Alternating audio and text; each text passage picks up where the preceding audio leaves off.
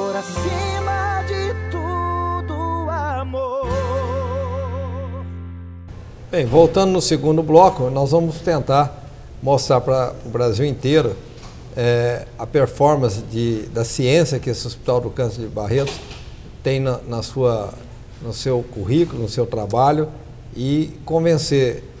A mim foi muito difícil, mas depois que me convenceu, eu fiquei extremamente apaixonado por o valor que tem a pesquisa atrelada ao tratamento de câncer.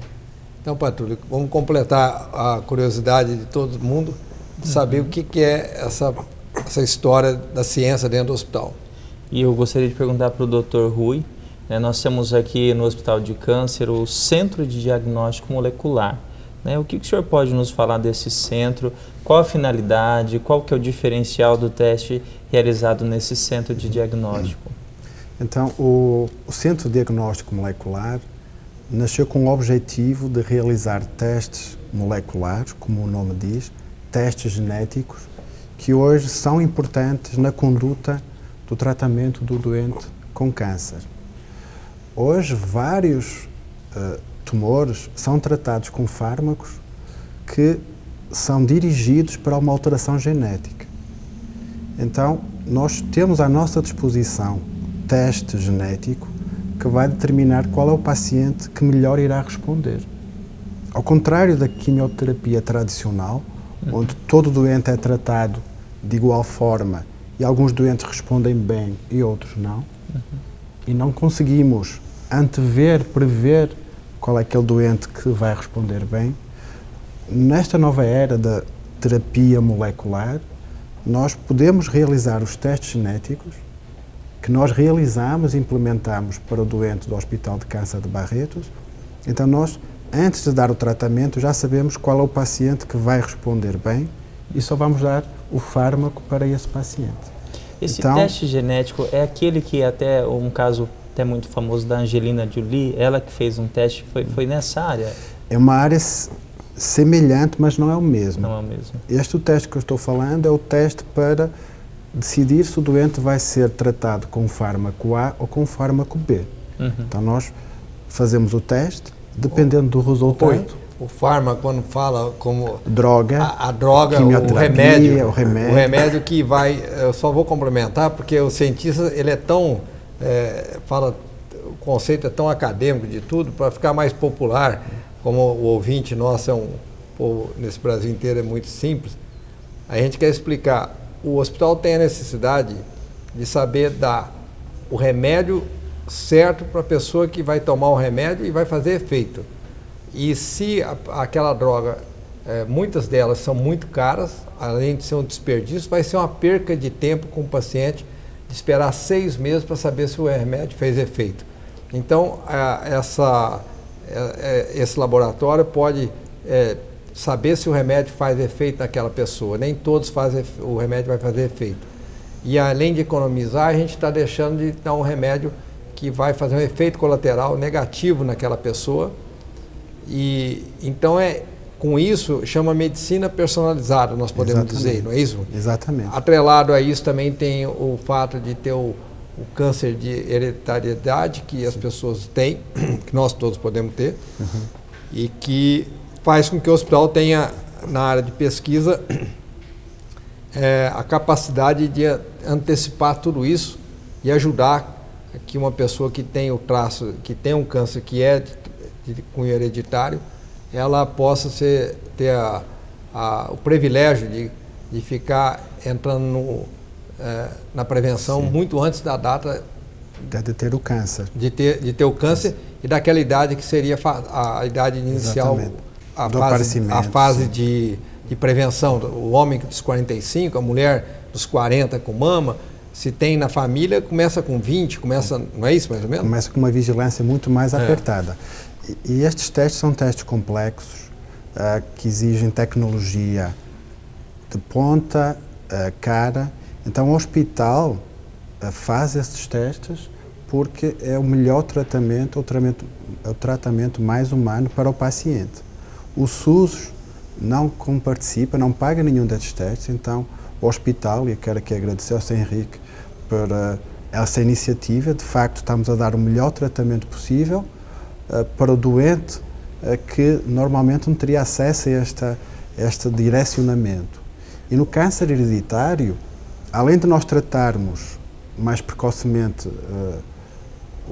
a pessoa com câncer, que é o caso da Angelina Jolie, como você mencionou, e muito bem, se nós encontrarmos que aquele paciente de facto é hereditário, ou seja, que é só 5 a 10% de todos os cânceres, se ele tiver alteração genética, nós convocamos o resto da família e sabemos que se outro membro da família tiver aquela alteração genética, que o teste diz que é positivo, ele vai ter um risco muito grande de desenvolver câncer precocemente.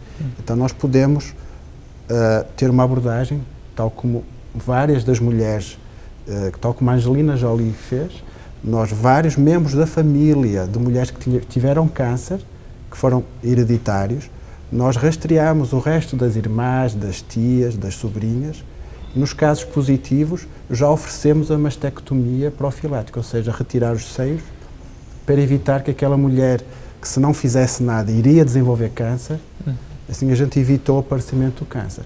Isto tudo baseado em testes genéticos, que são novos, que são caros e que a maior parte dos hospitais públicos não oferecem e que nós aqui conseguimos então oferecer a todo o paciente. Eu queria aproveitar essa oportunidade para que o Dr. Zé Humberto pudesse mostrar o tanto que tem valor esse centro de pesquisa nosso.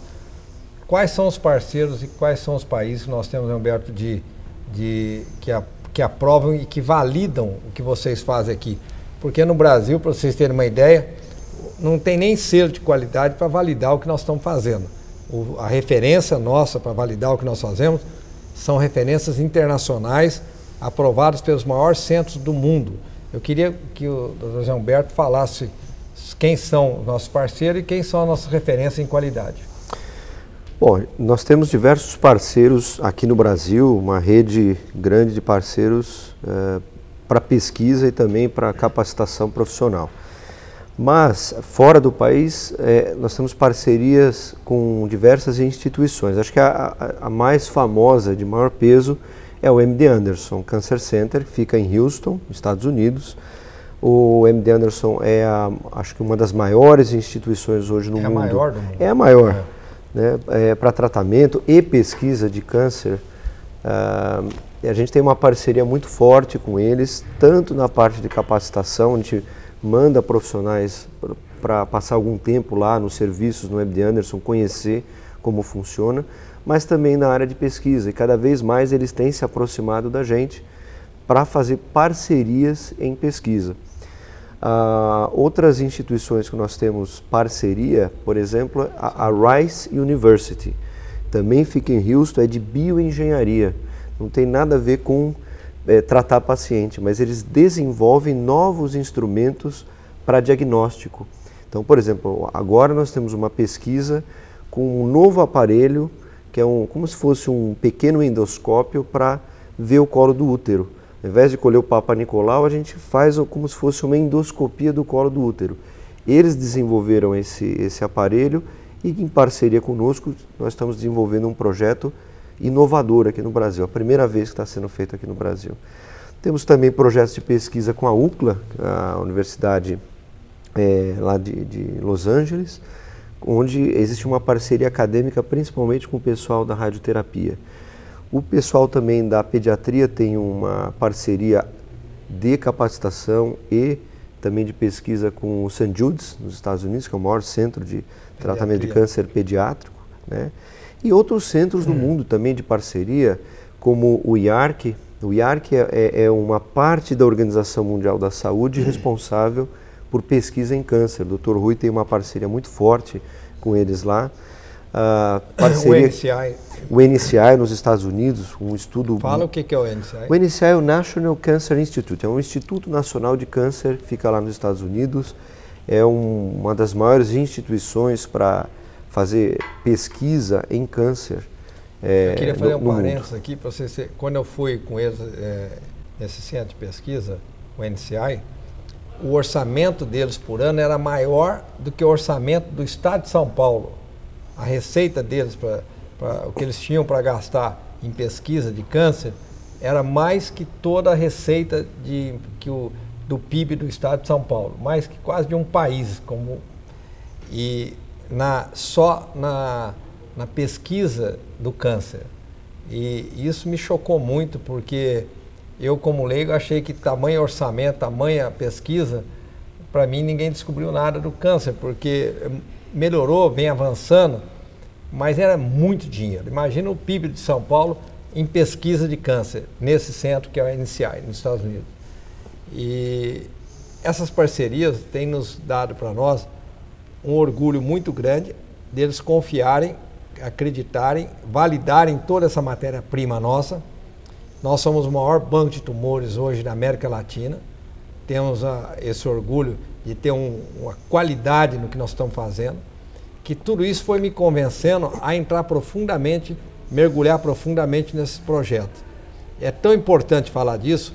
Nós vamos agora para o terceiro bloco. Vocês vão conhecer nesse segundo bloco como são as instalações, como são os lugares que nós estamos falando, banco de tumores, toda a explicação que o Dr. Rui deu e o Dr. Zé Humberto, para que vocês possam entender por que o hospital tem a seriedade que ele tem, por que ele tem a credibilidade internacional que ele tem. Aqui no Brasil isso não é reconhecido, muito pouco, por ninguém quase. Olha, praticamente eu ia dizer, não é reconhecido. E isso é muito triste, que é um país sem cultura de saber o que é sério em medicina. Então, no terceiro bloco, nós vamos começar a aprofundar um pouco mais também sobre o que é pesquisa e o orgulho que nós temos desse departamento, do orgulho que nós temos dessas instalações dentro do Hospital do Câncer. Então vamos para o terceiro bloco.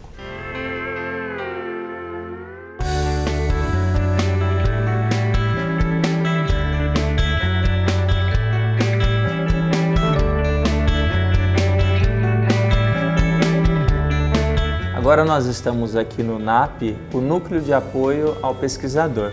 Eu tenho aqui à minha esquerda a Viviane, ela que é coordenadora de projetos e ela vai contar para nós, né, qual é o trabalho realizado aqui neste núcleo.